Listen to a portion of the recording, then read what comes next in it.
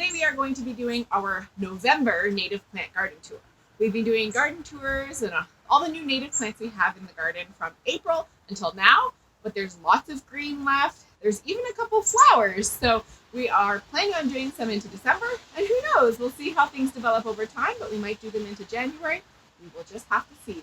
Please consider subscribing to follow along, and thank you so much for watching. We'll get right to it. Here we have our obedient plant.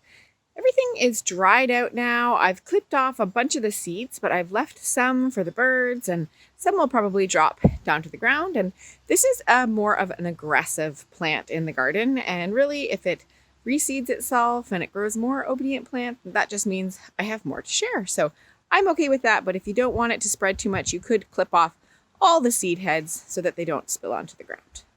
Here's our butterfly weed. You can see that there's a whole bunch of seed pods that are ready for harvesting, and then a whole bunch that are not yet too. So they've developed at different times depending on when they bloomed.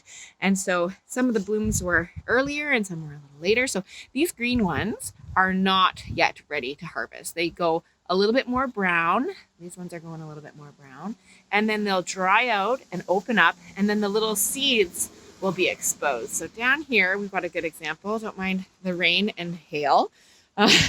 This one here has already opened up and all the seeds are gone. So the wind will take it away. So if you want to collect the seeds to plant in other spots of the garden or share with friends, then you want to try to keep an eye on the plant. And then here's a good example.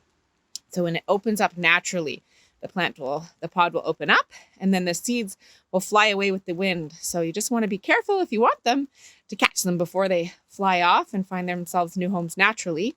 And then you can plant them right now. Now is a great time to plant these seeds. Mother Nature is saying, I'm ready. So you can collect them. I've got a video that I will put on this link here and show you some little tricks on how to save these seeds. But essentially these little wisps will fly away, and then you've got your brown seeds here. And then you can plant those now in a nice sunny spot, or save them and share them with friends so that other people can have your butterfly weed as well. So these few sticks here are what is remaining of our Scarlet Beebalm. But down here, we've got a whole bunch of baby bee balm growing. So it's sending out runners, and it is growing all sorts of new little bee balm here. So we're really excited to see how this flourishes next year in the garden. Here's our Foamflower. You can see it amidst the maple leaves that have all fallen to the ground here. Now, this is a semi-evergreen plant, so I'm really kind of excited to see how long this stays green over the course of the winter. So if it'll go dormant, and if it'll just, go brown and crispy like the other leaves in the garden, or if it'll stay green for a while. So I will keep posting until it's gone. So we'll do another video in December and see how it is. So here we have our smooth blue aster. The top part of the plant is looking pretty angry right now, but it is November, so to be expected. But down here, we have some new growth as well. So really excited to see how this plant develops over the next couple of years and gets bigger in this part of the garden.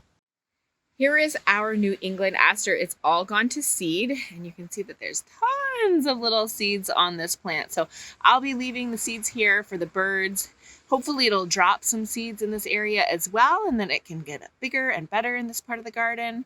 And this plant has done really, really well for a plant that I wasn't sure if it was going to bloom this year. We've got tons and tons of seed heads, and hopefully we'll have tons of New England Aster in the future here too. I want it to just flourish in this part of the garden. Here we have our blanket flower. It's still nice and bright and green. Don't mind the cars. It's in the boulevard garden over here. We've got the one pretty little bloom head that's starting to go to seed. And I'm just going to leave this here because I'd love for this to flourish in this part of the garden. And who knows, maybe some birds will eat the seeds as well.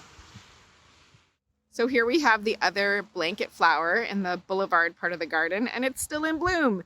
It is raining right now. It was snowing earlier and hailing earlier. And this flower is still like, oh, we're fine, we're good. November 1st, and who knows how long it'll stay in bloom. Maybe for a few weeks still. We will see, but we will enjoy it while we got it.